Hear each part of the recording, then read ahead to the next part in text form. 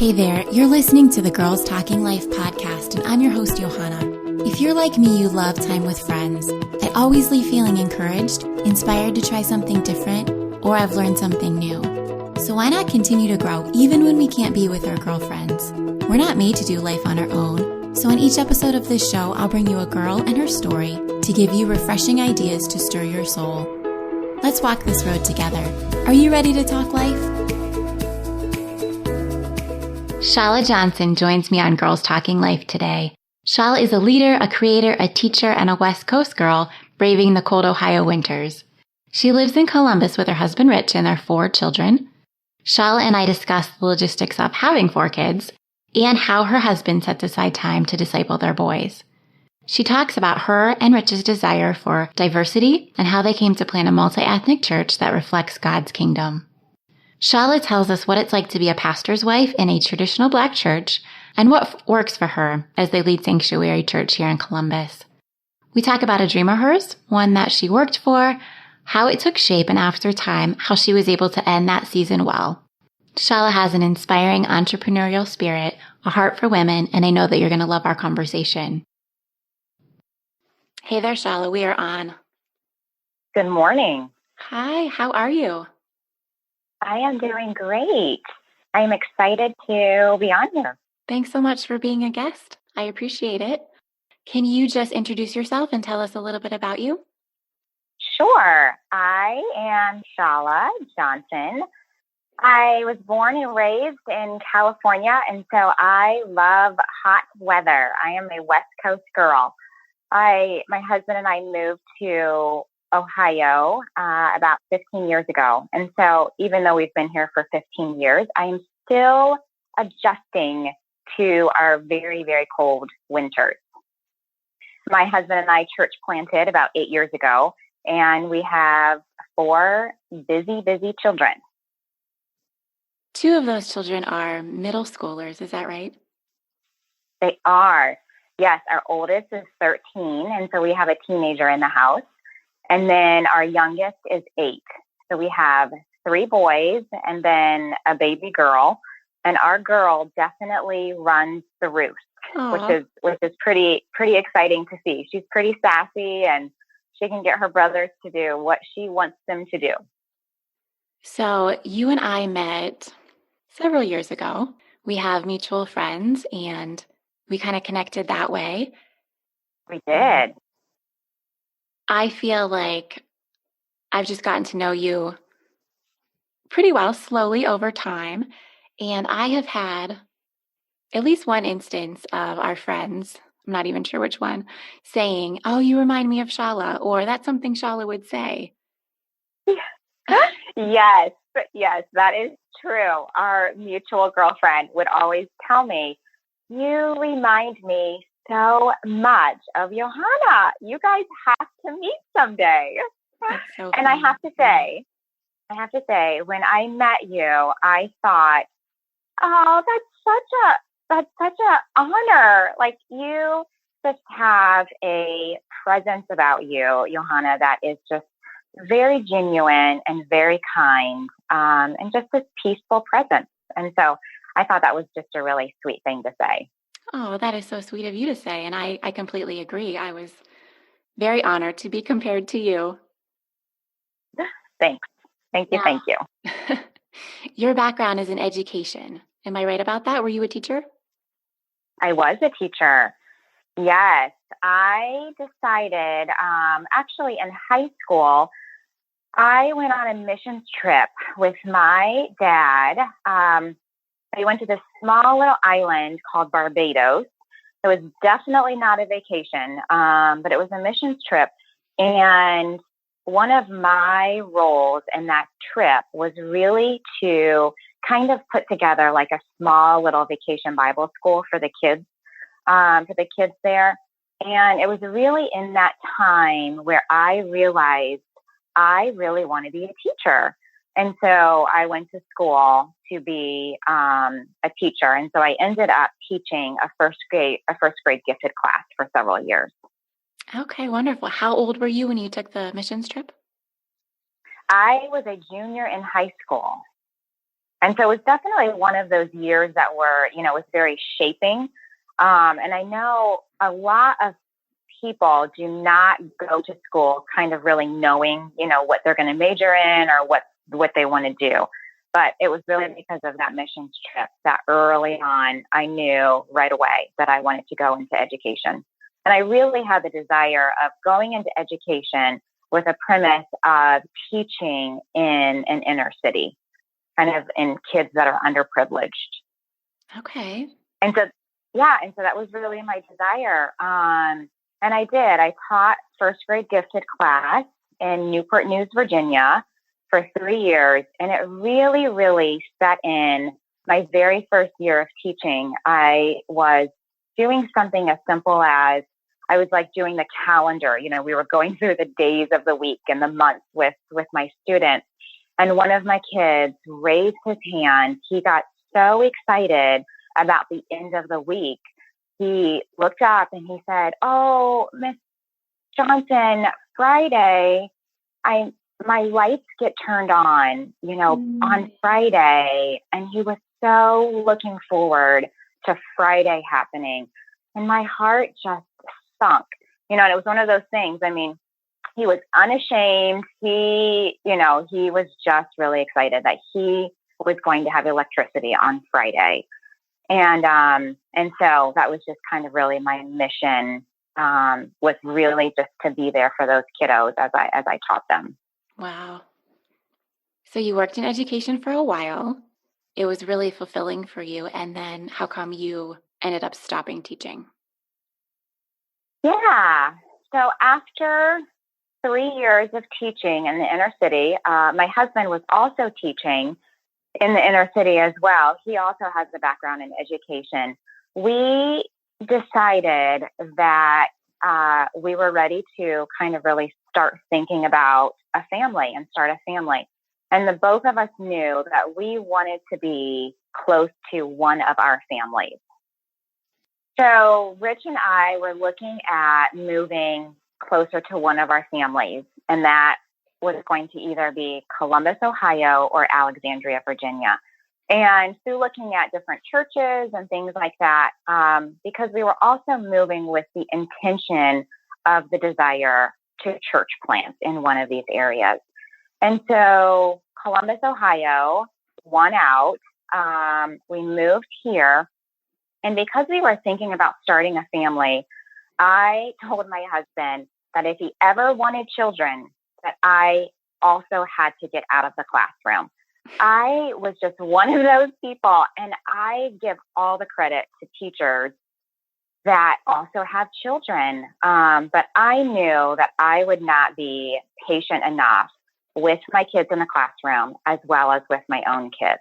And so it was at that point when we decided to move to Columbus that I decided I needed to get out of the classroom. And then you went on to have 4 babies. And Shalla, we already mentioned that we're a little similar. And I think that is such a large undertaking. Did you know that you wanted to have 4? No. I don't know who comes out, saying, yeah, I want a huge family. I'm sure there are people out there. I was not one of them.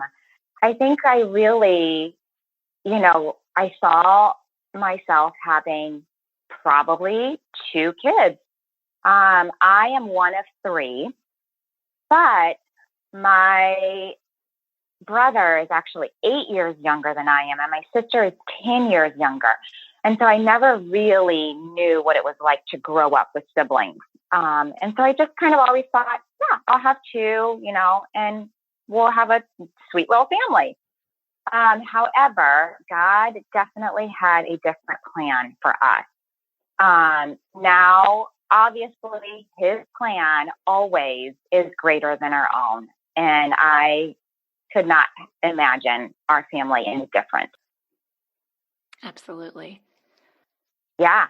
Do you have any just practical tips? Like, how do you have the headspace and the energy for 4? Just speaking from my experience with 2, I'm overwhelmed. I'm trying to keep everything straight. Do you have any suggestions? What do you do to make it work? Oh, I'm on my knees a lot. um, no, but it's funny because when our kids are so little, we just think, oh my gosh, this has got to be the hardest season ever. And at one point, we had 4 kids, ages 5 and under. And so when our daughter was born, our oldest was 5. And really looking back at that time, I can honestly say, like, God has healed a lot of that time that, I don't remember a lot of those just crazy, intense, seasons of life when all of your kids are at the table just crying. I remember looking at everybody at dinner and everybody, including myself, we would all just be crying because we were exhausted or, whatever. And so now I would say we are in a very different season, but it definitely is not any easier. In some ways it's harder because, I'm reminded every day that, that God has gifted these children to us. And the responsibility really, really is to shape them, into who God has already designed them to be. And that is such a huge responsibility. And so I think practically it takes a lot of just really partnering with my husband. Rich is very, very involved. And so I'm so thankful for that. We do a lot of just sitting down on Sunday evenings, planning out our week. And so we are very intentional on who's taking what to do and kind of where everybody's at. Now that we have a 13-year-old, our oldest is involved in a lot. And, sometimes it takes other parents to pick him up from different places. And we don't get to see him as often, which is something that's just different for us. Mm-hmm. But I think the biggest thing, just balancing life out and how things can be a little less crazy. All of our kids are not involved in an activity. We did that one season and it was insane. All of us were crazy. And so we definitely, kind of balance out the kids' activities now just to help it make so it's not so crazy. You mentioned Rich being really involved, and I have seen him post mornings with your sons. He has some discipleship time, just some intentional time with them. And I saw he has a hashtag for them, Beloved Sons of God. He does. That is so sweet. Can you tell me a little bit more about that? Sure. I think he, Rich's father passed away about 4 years ago. And something that he reflects back on was, what did he want from his dad? And something that he continuously desired from his own dad was really just time. He wanted time with his dad. And so something he wanted to be able to give our boys, primarily our older 2 boys, as you get older, you experience life is different, and physically your body is going through different things as you hit puberty and things like that. So he just decided that every Friday morning that he would block out space to be able to take them. They generally go to Tim Hortons. The Tim Hortons around the corner. They kind of expect our boys and Rich to walk in the doors, every Friday morning. And he just spends intentional time with them and really allows them space to ask him questions as a man. He reminds them that he was once their age. And so I think if we can get our kids to remember that, they're a little bit more open to coming to us with questions that they're reflecting on or struggles that they are going through. And they will generally go through a devotion. They will pray together. And so that is also an awesome testimony, because the people at Tim Hortons, they see that. They see that this father is praying, intentionally with his boys. And so that's just been a really great journey for them that they've been able to keep up. That's so great. I want to back up a little bit and ask you about meeting Rich and then having the desire to start a church. Sure. So we met actually in church when we were, I was in my last year in college, and shortly thereafter got married. And we always had a desire for diversity. So the both of us grew up in strong Christian households, and we also grew up in diverse areas. So both of us attended Black or African American churches, but then our communities, because we lived in the suburbs and we attended primarily white schools, so both of us really just had a personality that was kind of able to adapt, in any situation or any culture we kind of found ourselves. And so the Lord really placed it upon our heart to plant a church with that mission in mind, really to reflect God's kingdom here on earth. Because in heaven, we know we are all going to be together, and it is going to look very different, than situations that we oftentimes place ourselves. Sunday morning is one of the most segregated days of the week. And so interesting. And so, yeah, it is. When you think about it, people tend to go, church is a choice, and there's all kinds of churches all over the world. And so people tend to be more comfortable in situations that they either grew up in or, just situations that are more like them. And so that's kind of, that's why we have that. And so we knew that in order to plant a church, that it was going to take a lot of sacrifice, and not just sacrifice on our part, but sacrifice, on the hearts of a lot of people of color, as well as, white, kind of joining and coming together to call Sanctuary their home. Last year, I got to hear Rich speak on racial reconciliation, and he talked about how he doesn't want people to be colorblind and say, oh, I don't see color. I don't see the color of your skin. And he wants people, he said, to see him as Black the same way he would like them to identify him as being a male. And he said it's a distinguishable quality and it's something to celebrate. So how, as your friend, can I celebrate that for you? Does that make sense? It does. Yeah. Yeah. I think the biggest piece of that is, that is part of our identity. That is who God has created us to be. And he has created each of us in our very own identity, the way that he wanted to create each of us. And so I think when people say that they don't see color, it's also, it is kind of a jab against who God has created us to be in his image. And so I think that is really, really important to be able to understand and to be able to see. No, you do see color, because I am very different and I have different cultural experiences and I just have different overall experiences than you do. And so I think that is so important.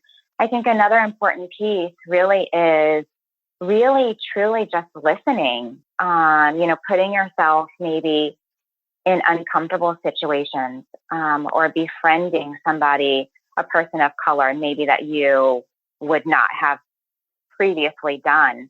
And I think really just listening to their story, even you just sitting down with me and listening to my personal story, because my story is different than your story. Right. And I have different ongoing experiences that are different.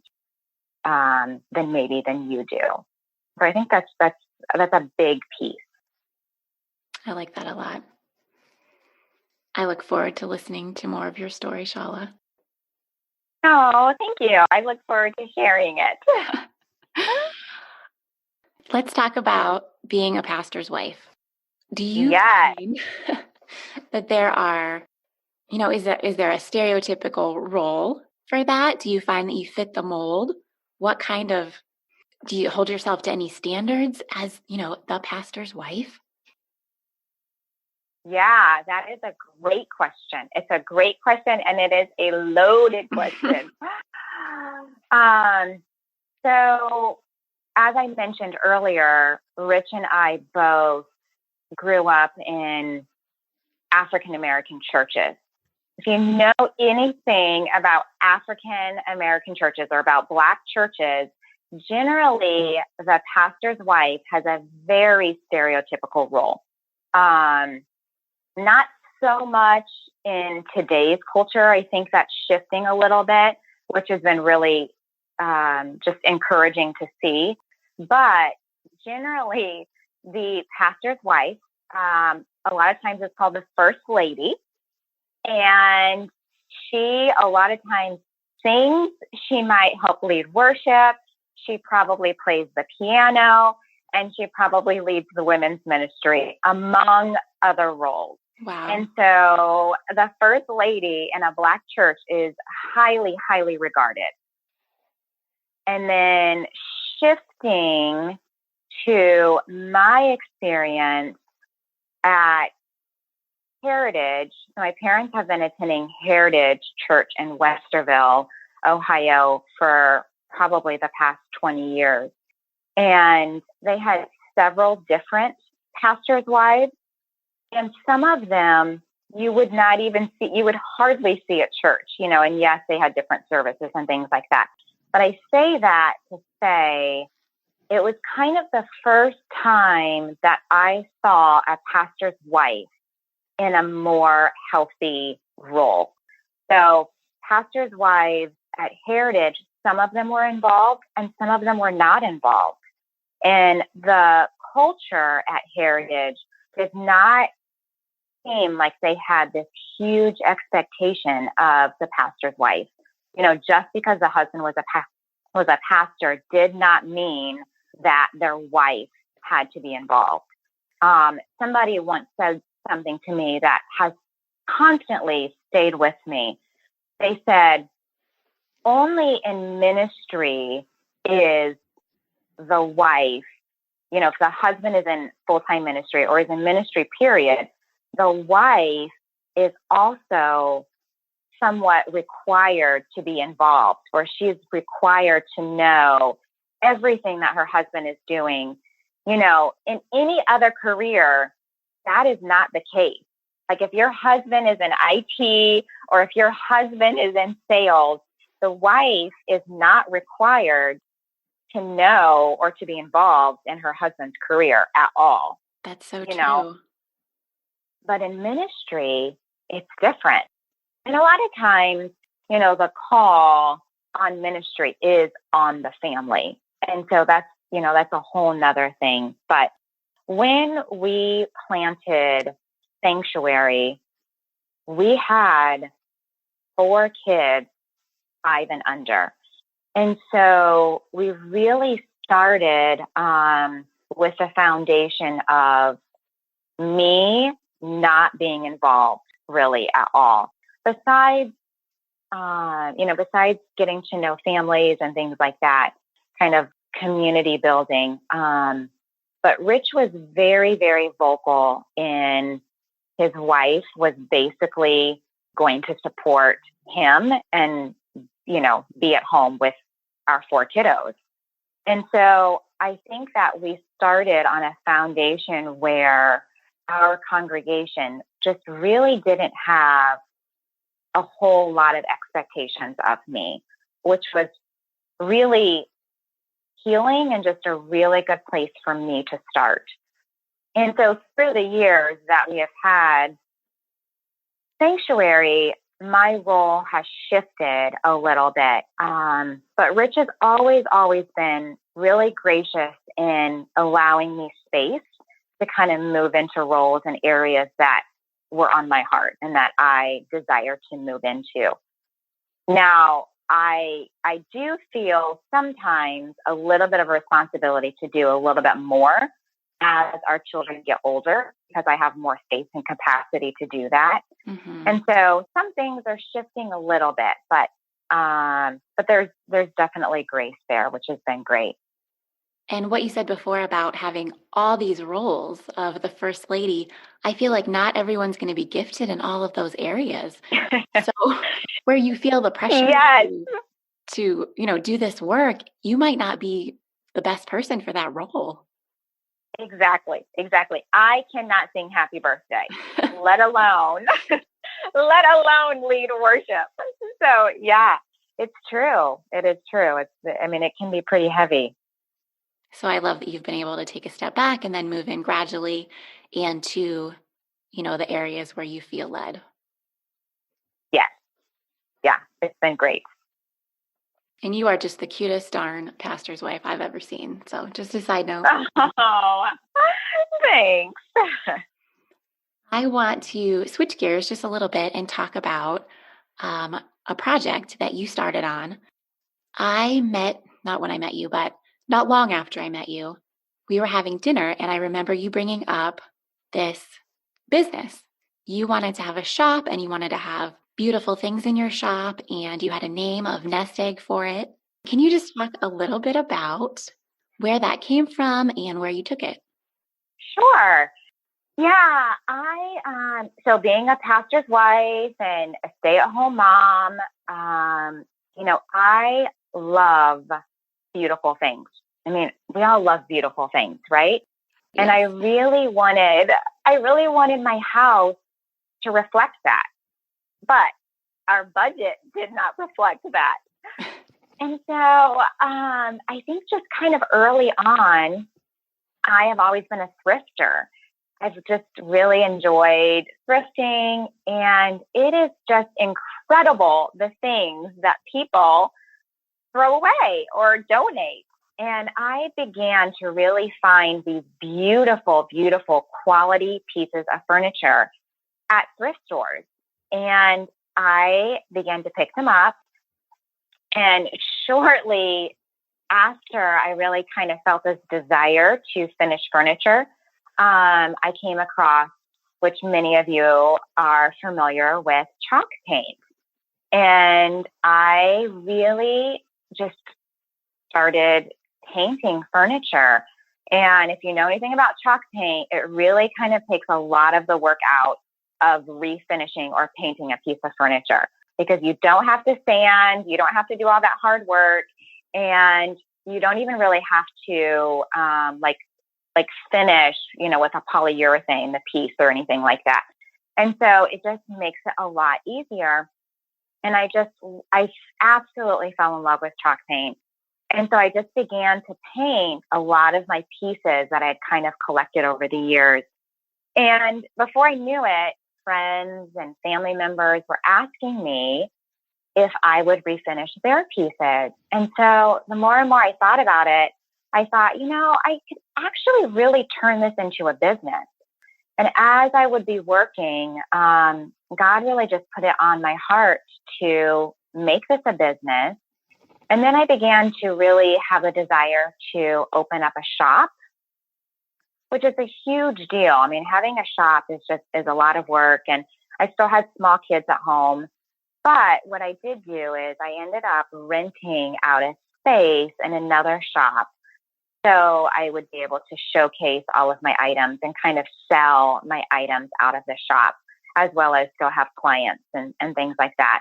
But what I realized is that a lot of people have pieces in their home, whether they've been passed down, they're kind of heirlooms that they really, really wanted to keep in their family, but that piece just didn't fit their style or their style of their home.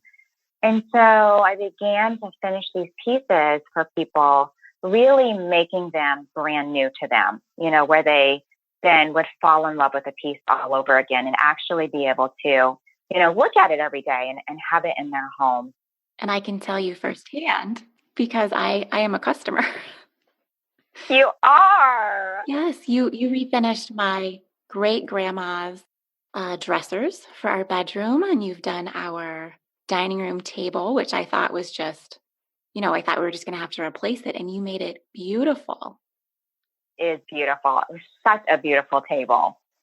And I will have to say, Johanna, you were one of my very early on customers, like besides family members. I mean, those yellow dressers, like mustard dressers that I did for you, were beautiful. I remember them. Those were several years ago, but they were beautiful. I agree. I have very much benefited from your painting. Well, thanks. Yeah, you had some great pieces to redo. And then you went on to, you did some DIY classes for other people to kind of get in on the painting and sign making. I did. Yeah. So I also started incorporating signs, kind of going back to having beautiful things in your house. I also am a firm believer. I have written signs and written words kind of all over my house. And they're really just reminders of things that I need to kind of focus on all day, or really I just need to hear, or I need to be able to read all day long. And so I started making signs, and then I also started offering classes, because what I realized is that some women, they actually desire to make things. They just don't either have all of the tools, or they just need a little bit of help along the way. And so the classes that I would do, women would use power tools, and they would walk out of that class with something that they made from scratch, from their own hands. And they really, really felt empowered, which was really neat to see. It was very cool. I agree. That's kind of the position that I'm in. I want to do it. I think I know what I'm doing, but I just need a little help to get going or some guidance. That sounds like a great class. Yeah, it was a lot of fun. They are a lot of fun. So you did this for a while. I feel like it was very fulfilling for you, but then you decided to make a change. Can you talk to me a little bit about that? Sure. Yeah, it was kind of one of those things where I realized as I'm aging and getting older, finishing furniture was a lot of physical work. Whether it was me, picking up furniture on my own and moving it back and forth, or just the whole process of refinishing. A lot of people, until they actually really do it themselves, they don't realize how much work and physical labor goes into that. And so I kind of just got to a point where I felt like I was doing a little bit too much, and I just needed to kind of slow it down a little bit. And so I decided to close up shop in the storefront that I was renting from. And I really kind of just slowed down a whole lot on finishing furniture and doing pieces. My husband can actually pull into the garage. My garage is no longer at capacity, which is a really great feeling because I was working out of my garage. But so I decided to switch gears in something that is still my heart. I went back to education, not into the classroom, but I just started working for a company called Mad Learn, and it stands for Mobile App Development. And it really, really, what it is it teaches students how to develop a mobile app. And so I'm really excited about it. When we think about our kids now, our kids are constantly surrounded by technology. Mm-hmm. I mean, my boys, my two older boys, the very beginning of the year, they got Chromebooks for school. And these are Chromebooks that they get to keep for the entire year, and all of their homework and all of their announcements and things like that are on these Chromebooks. And so a little bit of that is scary. I never see like sheets of paper or anything. I mean, everything is on their computer. And so whether it be the computer or their phone, our kids know how to download apps, right? Like they know how to pay for them probably. And if they don't, they're getting there. And so they're constantly downloading apps, even on game systems and things like that. And so trying to get our kids to realize that they can be in a position where they can actually develop their own apps, whether it be, something, if they're trying to solve a problem, they can develop an app, or whether they're trying to create something that actually down the road can afford them money. We pay for apps. And so just trying to shift our kids in thinking, oh, this is actually something that I can create. And so it's really exciting. I mean, it's definitely something, it's a 21st century skill. It's where our education system is going, more technological driven. And so it's something that our kids need to know how to do. One of those skills. I love that. And it puts them in a position to be the creator, the builder of it. It does. Exactly. So it's exciting. It's definitely like a push. It's a leap for me because I'm putting myself out there and selling it to school systems, basically. I think that's great that you're just trying something new. I am. Yes, we're at the start of it. So I'll let you know how it is, in a year or two. So I just wanted to move back to nest egg for a quick second. And when you close the door on something, I feel like when you stop doing something, I feel like there can be a negative connotation with that. Just, oh, it didn't work out or it was too much. But I feel like you're able to close the door on this and say that it was good. Would you agree with that? Yeah, that's a great statement. I can look back and say, even though all of my dreams and desires for Nest Egg may not have happened, because I did initially want my own store, I also can say that God definitely placed things in front of me at the right time, in the right season, for a reason. If I look back and thinking, oh my gosh, if I had a store of my own, like how could I have been in both places kind of, at the same time, as far as at a store and then here for my family as well. And so I can look back with confidence and say, that was for a season. I enjoyed it. I quit while I still enjoyed it, before I really had any negative feelings about it. And right away, God placed something else in front of me. And so it was a little bit easier to close that door because I did have something else in front of me. I like that a lot. I like knowing that it's okay and it's time to end and it's good and you can let go and just feel good about that project. Mm-hmm. Yeah. Shalla, you recently traveled to Texas. I did. I went to Texas with some girlfriends for a conference. And the conference was IF Lead, which does the IF Gathering conference once a year in Texas. So IF Lead is primarily for leaders in the church or leaders in the community that are already kind of doing some IF things. Okay. And you hosted IF, the IF Gathering for Central Ohio earlier this year. We did. Yes. Yeah. We hosted IF Gathering in February. And one of IF's vision is that they really, really want to empower the local church.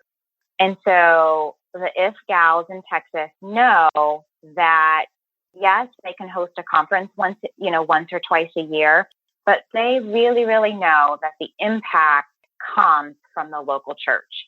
and they know that they can empower so many more ladies that are in their community at the local church.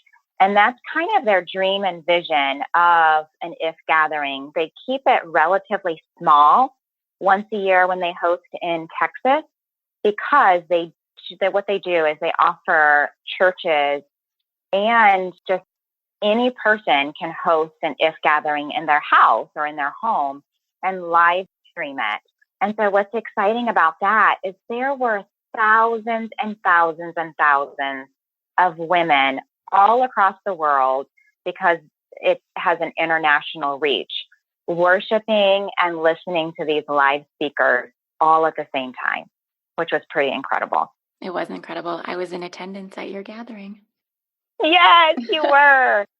It was great. Yeah, I will have to say, I am not a person that enjoys public speaking. And so that was one area in my life that I really have felt God just tugging at my heartstrings, just pushing me out there. And so as an act of obedience, it was only obedience, I said yes, as far as really leading, and emceeing that IF gathering. And so it was definitely a stretch for me, but I was so thankful that I did. It was such a great time. And you did. And we are hosting. Oh, thank you. And we are hosting again in February. So The gathering will be next February 8th and 9th, that weekend. And we are hosting again at Vista. So it's Sanctuary, Columbus Church, and Vista partnering together. Fantastic. Thank you. Yeah, you're welcome. While in Texas, you also stopped by the Magnolia Market. I mean, how can you not? I saw some pictures. I'm trying not to be too envious. I mean, it was only a 2-hour drive, from Dallas to Waco to go to Magnolia. And so, we definitely had to hop over there. And oh my word, Magnolia was everything that I dreamt it would be. It is such a beautiful, beautiful space. Joanna and Chip, they outdid themselves. And it's beautiful. I keep telling my husband, I think, so actually, funny story, on my way to Magnolia, I was reading Joanna's Magnolia magazine, of course. And there's an article where Chip and Joanna have purchased an old church building. I can't even believe I'm saying this, because this is going to be live, this is going to be out. But I was totally kidding with my husband. So Chip and Joanna purchased an old church building in Waco, and they don't have any idea what they're going to do with it. They just purchased it with dreams of, later down the road doing something with it. And so I came home and I told my husband, I said, I really think God is calling us to Waco. I really think they need a multicultural, multiracial church in Waco, Texas. And I think we are the people to plant that church there. I bet that is a beautiful building. It is. And I said, and then I could just work for Joanna. We would become best friends and, the whole thing. But it was a lot of fun. Definitely worth going. Yes. It's on my list. I have not been. Good.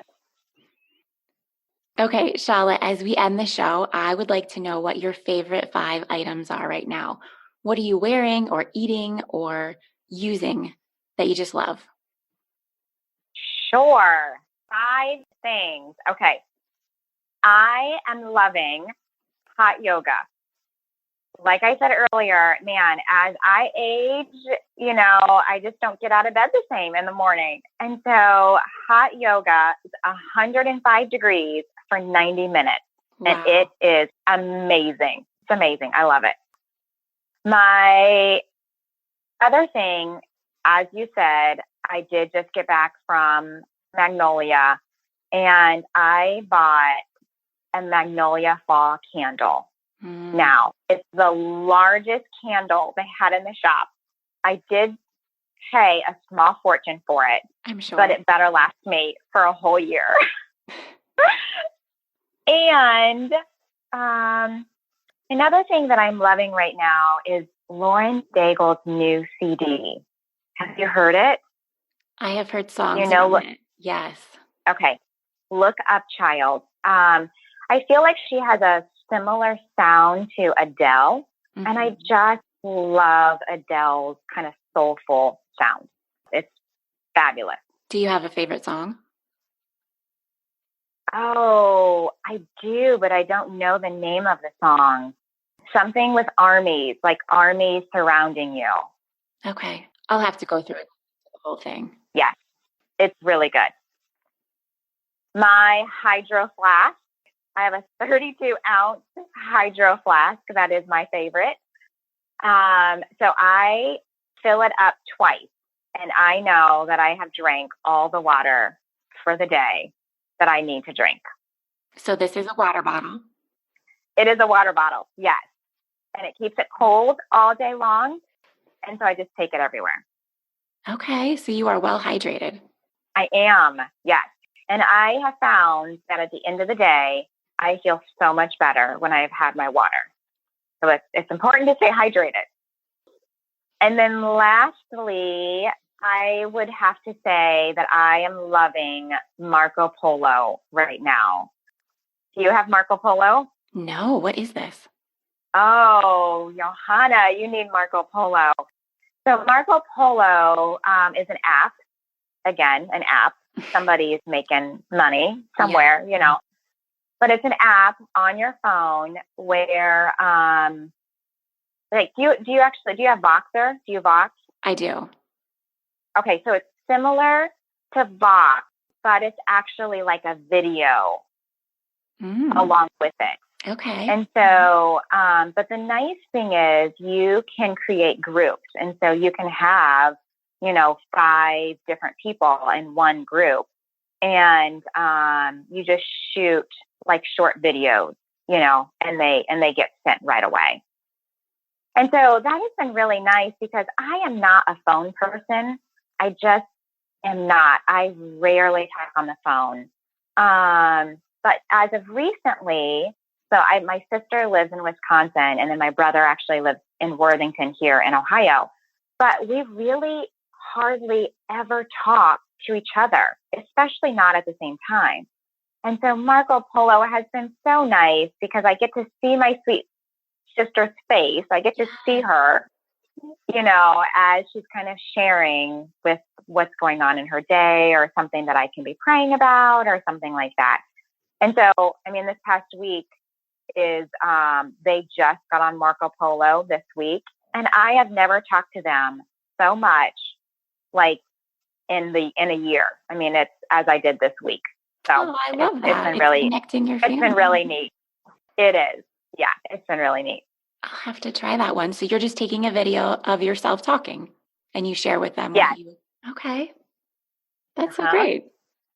It is. It's fun. Especially if you have friends, like my best friend lives far. She lives in Atlanta. And so if you have friends that you just never get to see or never really get to, just go hang out and have coffee with, it's nice because it's a very personal kind of, it's your personal space. They get to see you. Right. Oh, I like that so much. So Shalla, I just want to thank you so much for joining me today. I have loved listening about the intentionality that you have with your children, your desire to start this church in Columbus, Ohio, and how that all came to be. And I really loved just hearing about your dreams and passions and how they have moved and changed. And I think it's just really inspirational to me, and I think it will be to other people too. So I just want to thank you. I appreciate your time. Oh, thank you for having me on. I enjoyed it.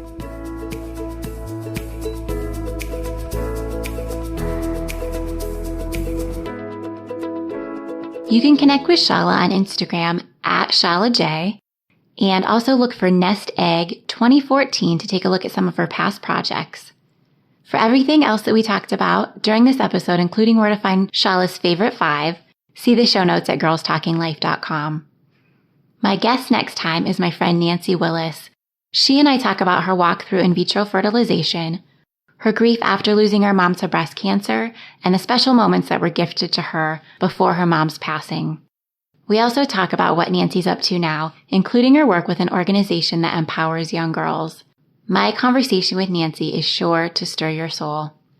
Friends, if you like what you're hearing on this podcast, please leave a rating and review on iTunes. If you're an avid podcast listener, you know the drill. Leaving a rating and review helps other people find the show. So while you have Girls Talking Life pulled up on your phone, just scroll to the bottom of the page to leave a rating and write a review. Thanks so much for your support and for tuning in.